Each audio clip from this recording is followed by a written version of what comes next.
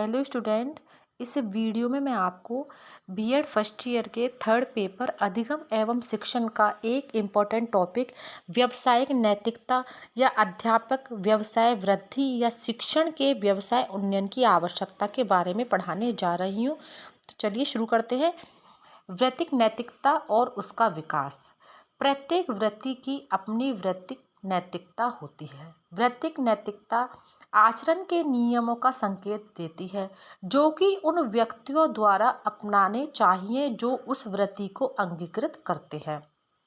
वृत्तिक नैतिकता विस्तृत नियमों के रूप में प्रकट होती है जिनका अनुसरण करना व्यक्तियों के कल्याण के लिए सेवा प्रदान करने के लिए होता है। ये नियम उन मानव मूल्यों से निकले होते हैं जो कि शताब्दियों के गहन चिंतन और वास्तविक जीवन की घटनाओं के आधार पर मानव जाति के लिए लाभप्रद पाए जाते हैं। शिक्षण की वृत्ति शिक्षक से आशा करती है कि वह अपने विचारों में आदर्शवादी होगा, उसमें वृत्तिक नैतिकता होगी और उसके व्यवहार का ऊंचा स्तर होगा। शिक्षक को अपना समस्त ज्ञान विद्यार्थियों को संक्रमित कर देना चाहिए। उसे लालची या बहुत महत्वाकांक्षी नहीं होना चाहिए। वृत्ति नैतिकता उससे यह मांग करती है कि वह अपने ज्ञान के अनुपात में अपना वेतन या अनुदान नहीं मांगे। कोई भी उसकी विद्वता के बराबर उसे धन नहीं दे सकता है। शिक्षक को अकादमिक स्वतंत्रता होनी चाहिए। उसको संस्कृति के भावार्थ को स्पष्ट करने की स्वतंत्रता होनी चाहिए। ज्ञान की खोज में उस पर किसी शक्ति या सत्ता का अंकुश नहीं होना चाहिए। उसे अपने मत को बिना भय या रंजिश के प्रकट करना चाहिए। उसे विद्यार्थियों को प्रोत्साहित करना चाहिए कि वे सत्य की खोज में बिना किसी रोक टोक के लगे रहें। शिक्षक का सुसंस्कृत वृत्तिक व्यक्तित्व होना चाहिए।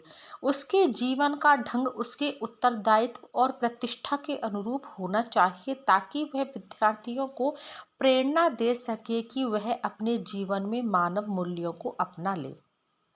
शिक्षक को विनम्र होना चाहिए। एक ज्ञानी शिक्षक जानता है कि ज्ञान की कोई सीमा नहीं है। जो कुछ उसने सीखा है उससे कहीं अधिक ज्ञान बाकी है जिसके बारे में वह कुछ नहीं जानता। अतएव उसे आत्म परीक्षण और आत्मनिर्धारण करना चाहिए। शिक्षक की भूमिका का वर्णन करते हुए भागवत गीता कहती है कि एक सच्चा शिक्षक एक विद्यार्थी को सहायता देता है अपना निजी व्यक्तिगत दर्शन अथवा अपने में छुपा हुआ अदृश्य सूर्य को खोजने में।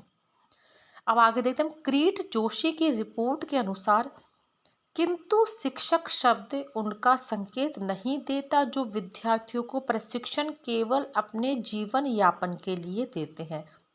न ही जैसा कभी कभी कहा जाता है मशीन के लिए गुलामों की तैयारी अथवा एक कार्यालय के लिए या एक अकेला धन कमाने वाले कौशल के लिए। यह सत्य है कि यह शिक्षक जिसमें दूरदृष्टि है वह किसी भी विशिष्ट कौशल या व्यवसाय को एक उदार रूप दे सकता है। शब्द शिक्षक उनकी ओर संकेत देता है जो ऐसी शिक्षा देते हैं जो कि स्वतंत्र मानव के लिए उपयुक्त है।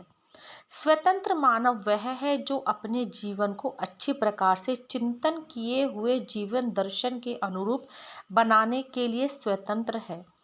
ऐसा मानव उन सब सामाजिक और दूसरे दबावों से मुक्त है जो मानव के ऊपर रुकावटें लगाते हैं या उसे बाध्य करते हैं।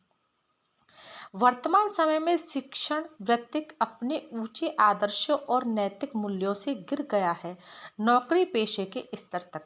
यह भी एक व्यवसाय हो गया है। अनेक ऐसे व्यवसायों की भांति जैसे मिस्त्री, व्यापारी, मैकेनिक इत्यादि। अतएव अब इस बात की बहुत आवश्यकता है कि शिक्षक को उसकी वृत्तिक नैतिकता के बारे में शिक्षित किया जाए। इसमें तो कुछ गलत नहीं है कि वह भी एक अभाव रहित जीवन की कामना करता है, किंतु उसका आचरण और व्यवहार ऐसा आदर्श में होना चाहिए कि जिसका अनुकरण दूसरे करें।